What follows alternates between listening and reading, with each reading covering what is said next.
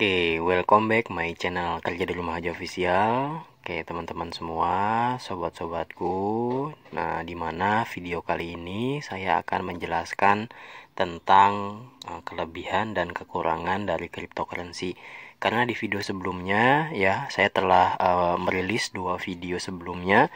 Yang pertama itu kita membahas apa itu cryptocurrency. Ya, teman-teman yang belum tahu silahkan disimak video yang part pertama. Kemudian part yang kedua yaitu saya membahas untuk apa sih fungsinya dari cryptocurrency itu. Nah, jadi teman-teman yang menemukan video ini dan sebelum menonton video ini, teman-teman tonton dulu video sebelumnya ya, supaya nanti nggak gagal fokus ya. Kita santuy aja deh ya, santuy ya, kita sambil belajar ya, sambil ngopi. Jangan lupa juga ya disiapin kopinya ya, di pause dulu nih, di pause sebelum kita next lanjut ke videonya. Di pause ya, tanpa toksik ya teman-teman, tanpa toksik. Nah, mungkin yang tahu toksik itu malah anak milenial ya. Toksik itu berarti bahasa-bahasa yang vulgar gitu teman-teman. Nah, next. Di sini kita akan lanjut ya untuk kelebihan dan kekurangan dari cryptocurrency. Ya, di video sebelumnya telah menjelaskan apa itu fungsi dari cryptocurrency dan sekarang kelebihannya dari cryptocurrency nih teman-teman. Ya, kita siapin dulu kopi, jangan lupa dengan rengginang rempeyek. Mungkin kalau orang Sunda pagi-pagi mungkin disiapin yang namanya bala-bala. Kalau orang Sulawesi mungkin apa namanya ya, saya lupa lagi. Nah, udah deh, next ya. Oke, nah kelebihan dari cryptocurrency kita mulai nih. Nah, itu bersifat universal ya. Jadi kelebihan dari cryptocurrency dia bersifat secara universal. Nah, di mana seluruh dunia bisa menggunakan cryptocurrency. Sementara itu, tidak semua orang memenuhi syarat untuk mendaftar menjadi nasabah di sebuah bank. Nah, oleh karena itu, cryptocurrency dianggap universal karena tidak ada syarat apapun untuk menjadi penggunanya. Kemudian, yang kedua yaitu cepat, di mana transaksi dengan cryptocurrency terbilang sangat cepat ya jika dibandingkan dengan transaksi di bank ataukah bank ya teman-teman. Nah, di mana teman-teman transfer antar bank itu internasional ya, kadang-kadang mungkin ada yang paket cepat dan paket lambat ya, mungkin gitu bahasa mudahnya ya. Ada yang fast, ada yang slow gitu ya, kan itu ada. Kalau kita fast otomatis cepat dia sampainya. Kalau misalkan kita slow ya biasa aja tapi murah bayarnya gitu ya teman-teman. Nah, jadi seperti itu ya teman-teman. Nah, kemudian yang ketiganya itu transparan nih teman-teman. Transparan ya. Setiap pengguna cryptocurrency bisa melihat semua transaksi yang pernah dilakukan. Nah, namun dengan catatan dan harus dipahami juga, tentunya teman-teman tidak akan mengetahui transaksi tersebut dilakukan oleh siapa karena hanya dalam bentuk angka tanpa identitas ya. Dimana ini mungkin disebut dengan ledger ya teman-teman.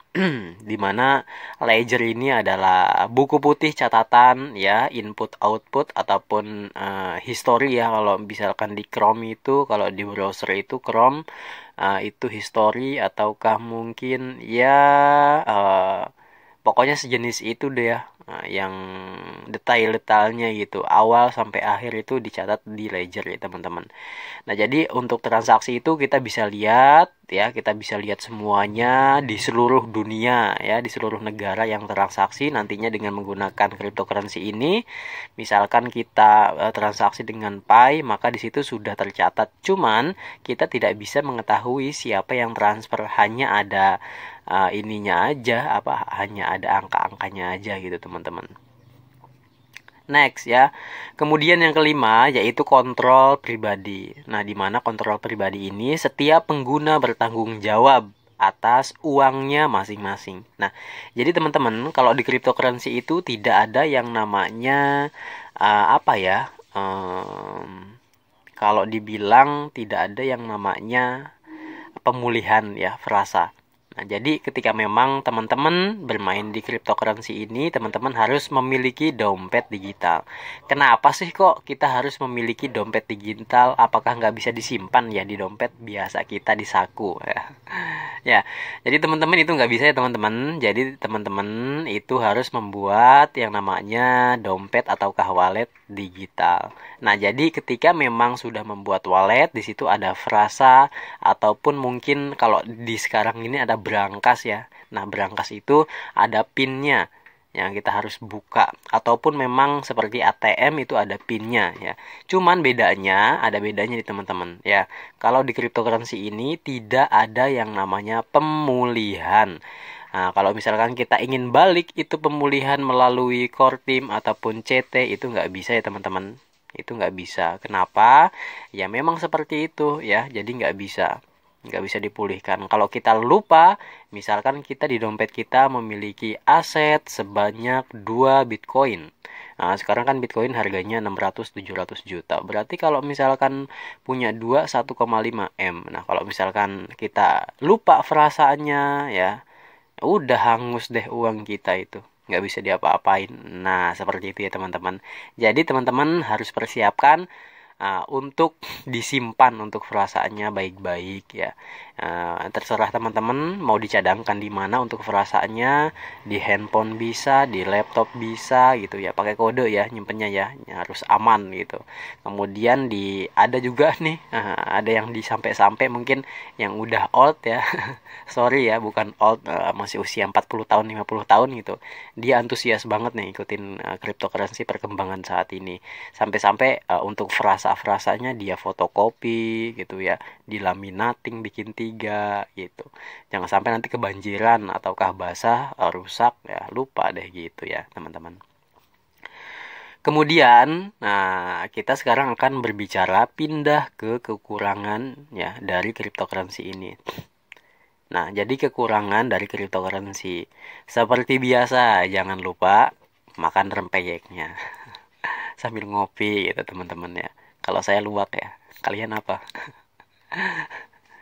Nah, jadi gini teman-teman ya. Jadi kekurangan dari cryptocurrency yaitu celah bagi kejahatan nih teman-teman. Nah, jadi setiap platform itu ada negatif dan positifnya, ada positif dan negatifnya. Tergantung kita makanya untuk apa ya teman-teman. Yang namanya orang itu hitam ada putih, putih ada hitam ya. Baik ada buruk, buruk ada baik gitu ya teman-teman ya. Nggak beda seperti platform seperti ini ya. Nah, ini merupakan platform ya kalau saya sebut ya, karena memang dia instrumen seperti ini. Nah, jadi untuk kelebihan dan kekurangan, sekarang kita tadi udah bahas untuk kelebihan, sekarang kita berbicara untuk kekurangannya nih teman-teman. Di mana kekurangannya yaitu celah bagi kejahatan. Aduh, kejahatan nih. Pasti nih orang-orang seperti ini pasti ada aja ya.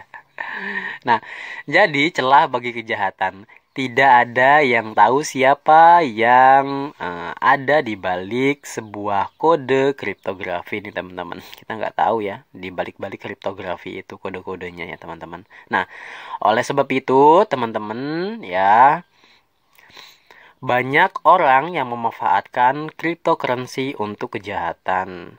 Mereka bisa transaksi untuk barang atau hal-hal yang ilegal dengan mata uang digital tanpa bisa dilacak nih teman-teman. Aduh. Ya. Jadi mungkin gini ya. Saya akan memberikan salah satu contoh ya dari kejahatan yang dimaksud ini, yaitu mungkin ya pendanaan untuk yang seperti itulah, yang bom-bom seperti itu ya, mungkin saya akan sensor ya. Nah, ini nggak pantas ya.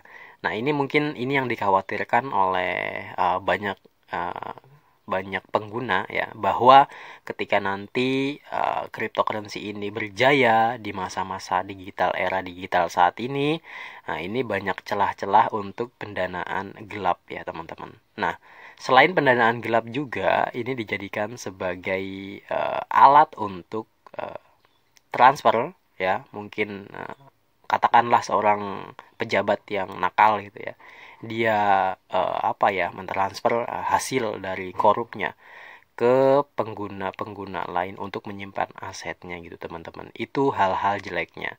Ini tidak bisa dilacak ya. Tetapi kalau untuk catatan ledger itu ada ya, hanya CT yang mampu untuk semua itu ya teman-teman. Nah, jadi ya teman-teman, pada intinya semua itu bisa diketahui, cuman kan ini privasi gitu. Berbeda dengan bank ya. Kalau bank itu kan memang bank juga ada positif dan negatifnya. Positifnya mungkin kita bisa transfer satu sama lain, ambil duit di mana-mana, ATM tersebar di mana-mana gitu kan, lebih enak, lebih mudah, nabung semua macam gitu ya teman-teman. Nah, untuk negatifnya ya teman-teman, nah itu kadang-kadang itu perbankan juga dipakai untuk yang namanya mungkin teman-teman pernah ngedengar pejabat yang bengkak rekeningnya. Nah, seperti itulah. Itu dipakai untuk money laundry kali ya, dibilang gitu ya. Ya kita santuy aja deh ya, santuy, nggak usah serius-serius amat ya. Nah, kita nggak ada unsur penyinggungan. Ini hanya sekedar edukasi untuk kita-kita ya. Zaman now, zaman now. Nah, next lanjut. Jangan lupa ngopi. Yang suka like, yang nggak suka dislike. Pada menit keberapa, jam keberapa ya? Aduh, jam juga nggak ada. Pada menit keberapa saya mengucapkan sekali lupa kata sandi? Silahkan komen ya. Ataupun ada yang bertanya ataupun masih bingung tentang cryptocurrency, silahkan komen. Nanti saya akan jawab pertanyaan teman-teman di kolom komen nih setiap hari Minggu ya teman-teman. Saya akan menjawab ya. Kalau misalkan diketik satu-satu susah ya teman-teman. Sayanya kadang-kadang sulit ya. Nah, next ya teman-teman. Nah, jadi ini negatifnya ya. Sekarang sekali lupa kata sandi ya, sekali lupa kata sandi. Nah, semua uang bisa hangus. Ingat ya. Kalau misalkan kita lupa kata sandi ataupun kita lupa frasa untuk membuka kunci, semua uang bisa hilang dan hangus. Kenapa? Karena cryptocurrency menggunakan sistem kata sandi tanpa ada pihak yang mengaturnya. Maka teman-teman kehilangan semua uang di akun teman-teman jika lupa frasa tersebut. Nah, seperti itu teman-teman yang sudah dijelaskan yang tadi ya. Di menit keberapa saya mengucapkan hilang frasa sandi, silahkan diklik ya.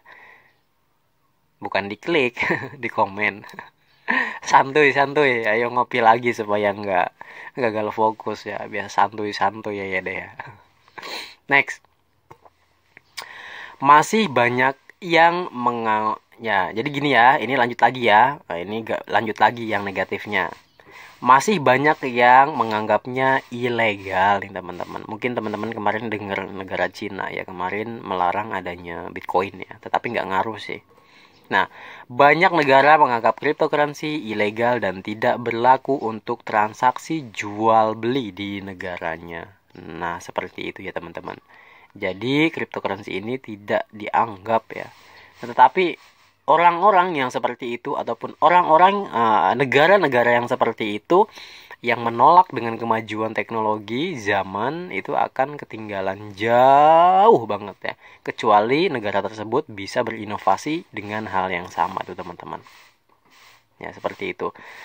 Kemudian dilanjut, demikian penjelasan lengkap ya dari saya ya teman-teman tentang masalah cryptocurrency. Jadi apakah teman-teman tertarik untuk menjalankan cryptocurrency ini atau berinvest di cryptocurrency ini?